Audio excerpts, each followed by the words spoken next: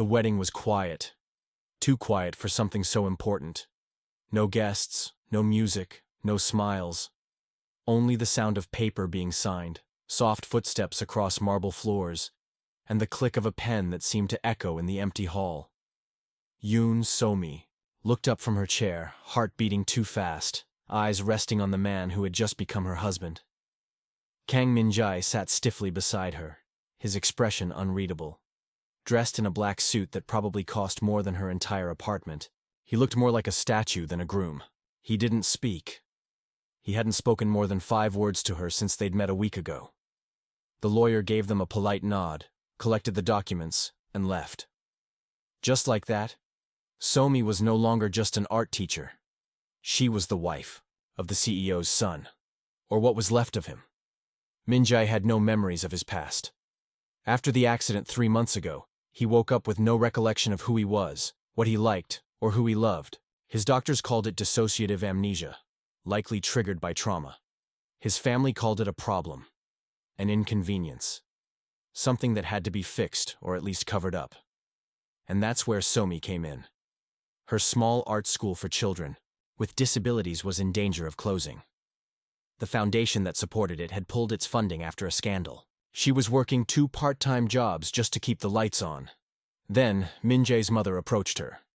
They had met briefly years ago. So-mi had once tutored a cousin of hers. The offer was simple. Marry Min-jae. Act as a stabilizing presence in his life, and in exchange, the Kang family would fund her school. No press, no public ceremony. Just a legal arrangement that made everything look proper until he recovered. She had said yes before her heart could talk her out of it. And now, here she was, sitting beside a stranger she was supposed to spend her life with.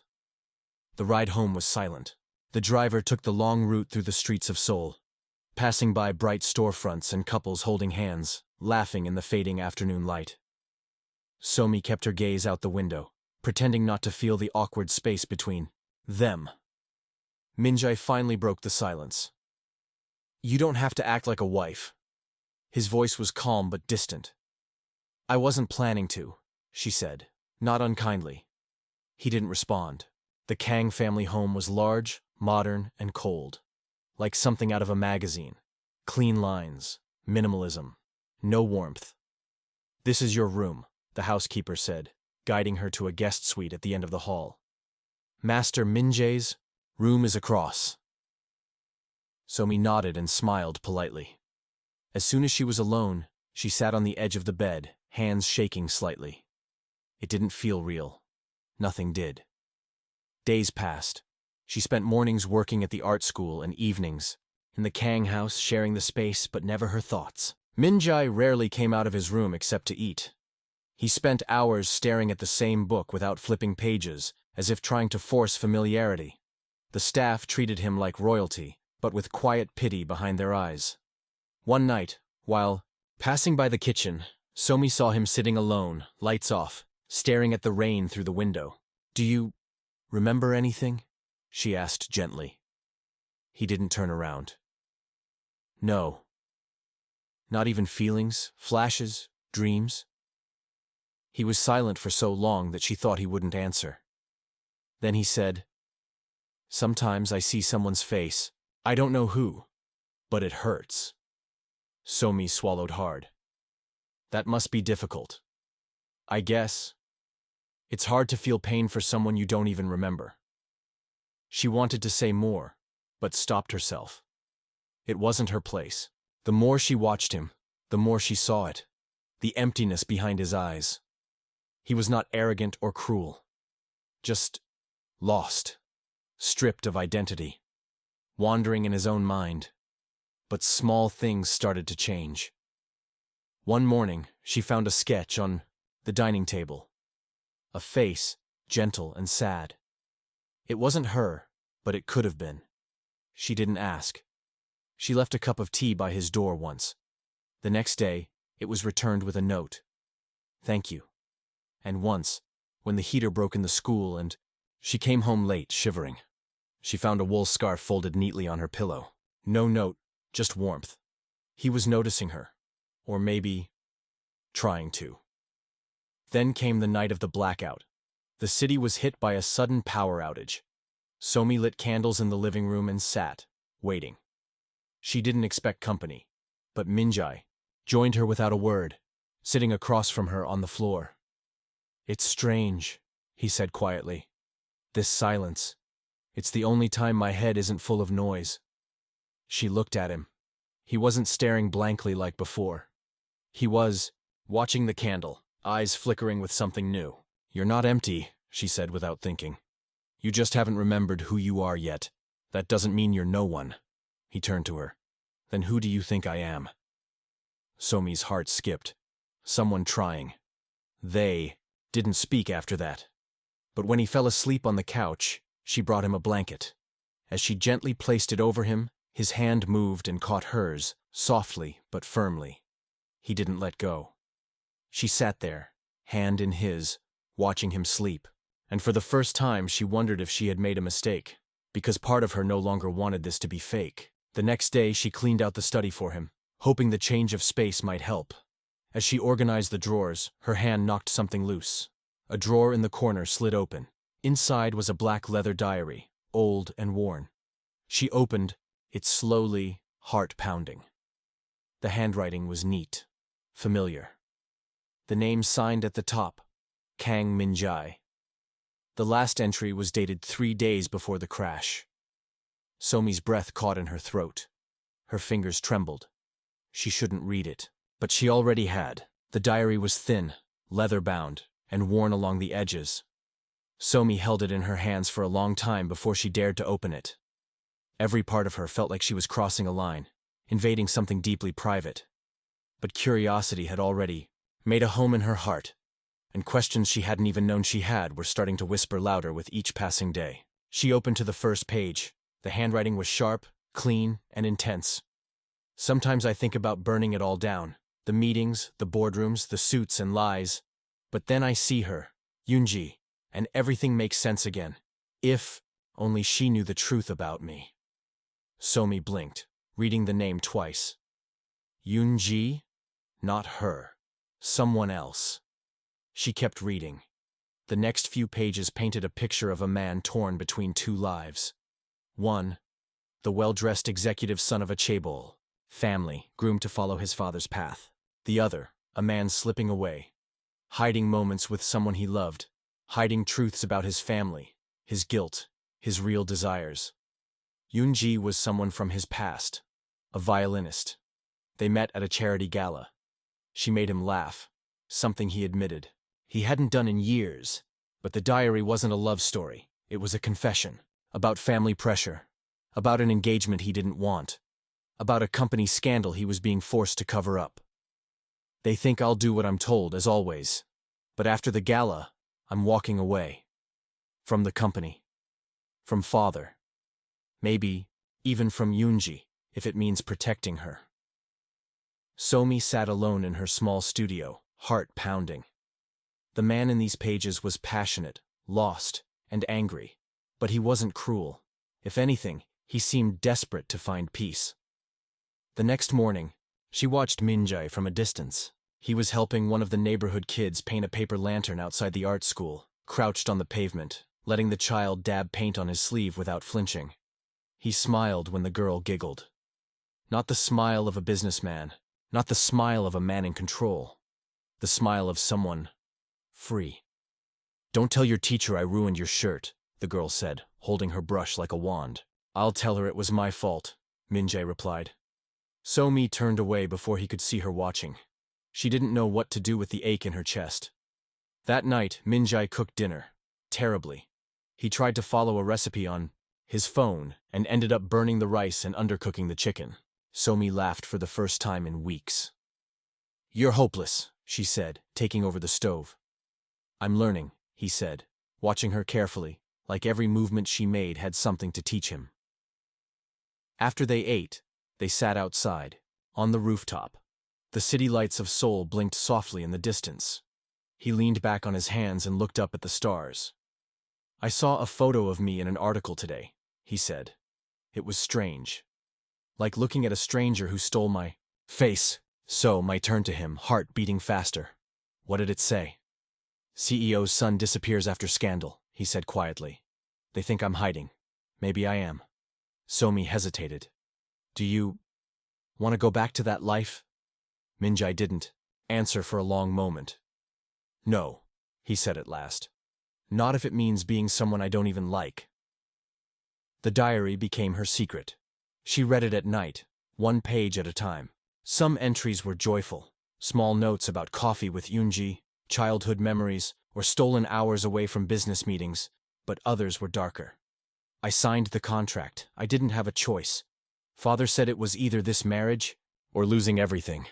I told Yoonji it was over. I had to. I don't love the woman I'm marrying. She doesn't even know me. I won't let her suffer because of my past. I'll disappear after the wedding. Somi felt her breath catch. Was that why he had left on the night of the wedding? Was that why he was found alone, unconscious by the river with no ID, no phone, nothing but a scratched wedding band? He never planned to be with her. He only wanted to escape. But now, he was here, helping her repaint the walls of the art school, listening to her ramble about her students' art, laughing at her lame jokes, holding her umbrella when it rained. Not the man from the diary, not the man who loved Yoonji, but someone new, someone real. One evening, as they closed up the school, Somi brushed paint off his cheek. You're improving, she said. You think so? He asked, tilting his head. Not at painting, she teased. But you smile more now. He looked down. It's easier here. Later, on their walk home, he stopped under a street lamp. The light cast soft shadows across his face. Somi, he said, do you think someone like me could ever fall in love again, even without knowing who I was? She stared at him. His eyes held nothing but honesty. No arrogance, no calculation, just a man searching for an answer. She wanted to say yes. She wanted to say he already had. But her throat closed. Instead, she looked away. It's late. Let's go home. They walked the rest of the way in silence. That night, she couldn't sleep. The diary lay open beside her bed. The words blurred. I want to believe I'm more than what they made me. I want a life that feels real. A life where I can love without destroying someone in the process. She touched the page. Her heart ached. This man, Minjai, was not whole. But maybe neither was she. They were both walking through the fog, unsure of the past, unsure of the future, but something in the present, these shared days, these quiet glances, felt like the only thing that was real. Still, she couldn't forget the truth. She married a man with no memory, but she was falling in love with someone who wasn't hers to begin with, and she had no idea what would happen when he remembered. Somi noticed it one morning, just a flicker. Minjai paused at the corner of the street, staring at a passing delivery truck with a strange intensity. His shoulders tensed, his eyes narrowed like he was trying to place something just out of reach. Then it passed, and he blinked, the expression gone. But later that night, he woke up shouting. Somi rushed into the living room to find him on the floor, clutching his head. His breath was ragged, shirt soaked with sweat. I saw a room. Marble floors, red carpet. My father's voice, and someone yelling, me, I think, but I couldn't make out the words. She knelt beside him, unsure what to say. She placed a hand on his back and stayed quiet, just breathing with him until his heartbeat slowed. The next morning, he avoided her gaze. Somi didn't bring it up. She didn't have to. The changes were already happening. Minjai became more distant, thoughtful. He stared longer at reflections, flinched at loud sounds, paused when classical music played at the convenience store. Once, he muttered the name Unji in his sleep. And Somi froze, the diary heavy in her memory. She told herself not to overthink, but she knew it was coming. The past was waking up. One afternoon, Minjai didn't show up to help with the art school repairs. Somi waited an hour before going home. His shoes were there, but he wasn't. She found him on the rooftop, silent, sitting against the wall with the diary in his hands. Her breath caught. She had hidden it in a drawer beneath old blankets. He must have found it by accident. Or maybe he had been searching. He didn't look up. "Is it true?" he asked. His voice was calm, but his hands trembled. "This is mine, isn't it?" Somi stepped forward slowly. "I wasn't trying to hide it from you. I didn't know if you were ready." He turned the pages with careful fingers, stopping on the line. "I don't love the woman I'm marrying." Somi's chest tightened. That sentence had haunted her.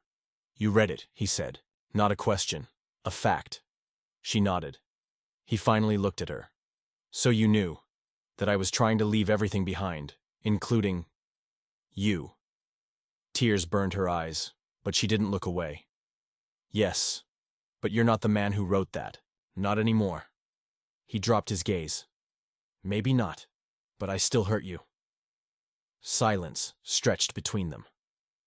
Seoul blinked in lights behind the silence, the hum of traffic distant like another world. "You didn't choose this life," she said gently. "Neither did I. But we've been living it, together." Minjae shut the diary. "I keep seeing her, Yoonji, her laugh, her hair. But when I try to remember what I felt, it's like watching someone else's memories." Somi took a shaky breath. "What do you feel now?" He didn't answer. Instead, he asked, "Why did you say yes to marrying me?" She looked at him, the man in front of her, vulnerable, confused, honest. "Because I needed the money to save the art school," she said. "Because your father offered a deal. Because I thought I could handle being invisible in someone's life if it meant keeping my students safe." Minjae's eyes were unreadable. "And then?" he asked softly. She almost broke. Her voice was quiet, barely more than a whisper. "And then you forgot who you were. And I started falling in love with the man who remembered nothing but smiled like he meant it." He closed his eyes. The following days were strange. Minjae stayed close, but something in him had shifted. He asked more questions, about the art school, about their wedding day, about her favorite colors and why she always hummed when she cooked. But he also stayed up late, reading the diary over and over, as if trying to reconcile the man he was with the man he'd become. One night, he came home later than usual, his face pale, lips tight. "I went to the hospital," he said, "to see a neurologist. I needed to know if the memories will come back." Somi stood still. "What did they say?" He shrugged. "There's no way to know. Some people regain everything. Others, only pieces." She walked toward him, her voice shaking. "Do you want them back?" He met her eyes. "I don't know. What if I remember loving someone else, wanting another life? What happens to us then?" She stared at him, her heart crumbling. "I don't know," she whispered, "but I can't be your second choice, Minjae. I won't be the consolation prize." His face fell. "You're not. Not now," she said. "But if tomorrow you wake up and remember everything, I need to know if this us was real." He stepped closer, eyes burning with something fierce and aching. "It is real," he said. "I know it in my bones. Even if I lose it tomorrow, I want to fight for it today." That night, they lay beside each other without touching, a breath apart, 1,000 fears between them. In the early hours, Somi woke to find his hand in hers. His voice was soft, half asleep. "Even if I forget again, promise me you'll tell me who I was, who I became with you." Tears slipped down her cheek. She squeezed his hand. "I will." The next morning, Minjae disappears. Somi finds his phone left on the counter, his wallet untouched, and beside the diary, now closed, there's a new note in his handwriting. "I think I know where I need to go. Don't wait for me." Her heart stops. He's gone. Somi didn't cry at first. She stood in the middle of the studio apartment, holding the note like it might change if she read it again. "I think I know where I need to go. Don't wait for me." Her knees didn't give out. She didn't scream. She just folded the paper with trembling hands and placed it on the desk beside the diary. Now his again, no longer hers to keep. For 2 days, she waited. She told herself he just needed time, space, that he was chasing clarity, not leaving her behind. But by the third morning, her chest felt hollow. The art school buzzed with the laughter of students, paint drying on small palms, the scent of glue and sunshine filling the halls. But she felt like a ghost walking through it all. The boy with the lantern asked, "Where's the man who helps me paint?" "He's on a trip," she said softly. "But he'll come back." The lie nearly broke her. Min-jae had left without warning, without his phone, without any trace of where he'd gone. But Somi wasn't the same woman she'd been before him. She'd survived her mother's death, years of debt, the suffocating pressure of keeping a dream alive with nothing but scraped coins and stubborn hope. She wouldn't break now. And yet, every night she reread the diary, hoping for a clue, a breadcrumb, something he might have seen, something he might have felt that she hadn't understood. It was on the third week that she found it. An entry she had skipped, tucked between two pages stuck together, written in faded ink. "There's a small house near the sea, Jeju-do. I used to go there as a kid. My mother planted roses by the back door. When I'm lost, I dream about that place. I think it's the only place I ever felt safe. Jeju." Her heart thudded. The flight was cheap, the bus ride long. The rain fell steady as she walked through the narrow paths of a quiet village lined with stone walls and salt in the air. She asked an old woman at a corner shop, showed her a photo of Min-jae she still had on her cracked phone. The woman squinted. "He bought milk here, and roses," walked toward the coast.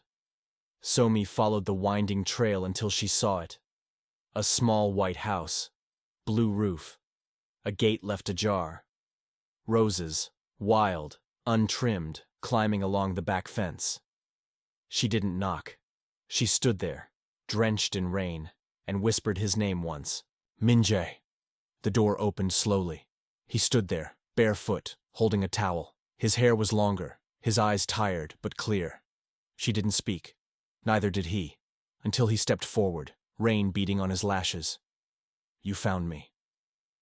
Her voice broke. "Of course I did." Inside, the house was warm, simple, smelling of tea and damp wood. He sat across from her, hands wrapped around a chipped mug. "I remembered everything," he said. Somi's breath caught.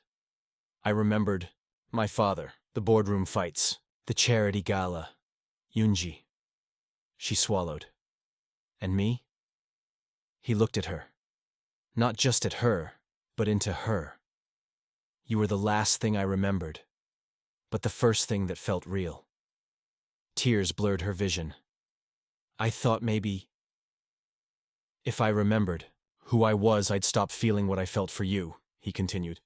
"But it only made everything clearer." She stared at him. "You loved someone else. You tried to escape your life. You tried to escape me." "Yes," he said.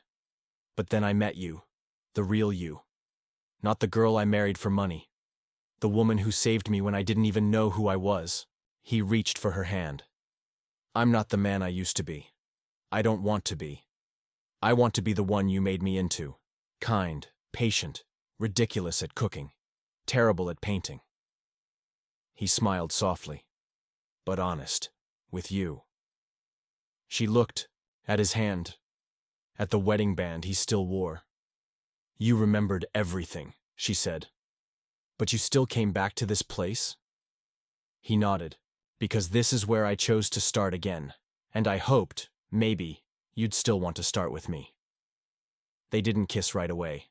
They talked first, long into the night, about her fears, his shame, the truth about the contract, the lies they both told themselves to survive.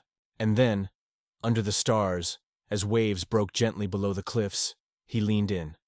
And this time, when he kissed her, he remembered everything, and chose her anyway. Epilogue. 1 year later, the art school in Seoul had a new mural, painted by dozens of small hands and two much larger ones. Min-jae never returned to his father's company, never put on another suit. He taught part-time art classes and burned his old diaries in a quiet ceremony by the sea. They built something new, not out of memory, but out of love chosen daily. And sometimes, when Somi couldn't sleep, he would whisper, "Tell me who I used to be." And she would smile, pressing her forehead to his. "You were lost. And now? You're home."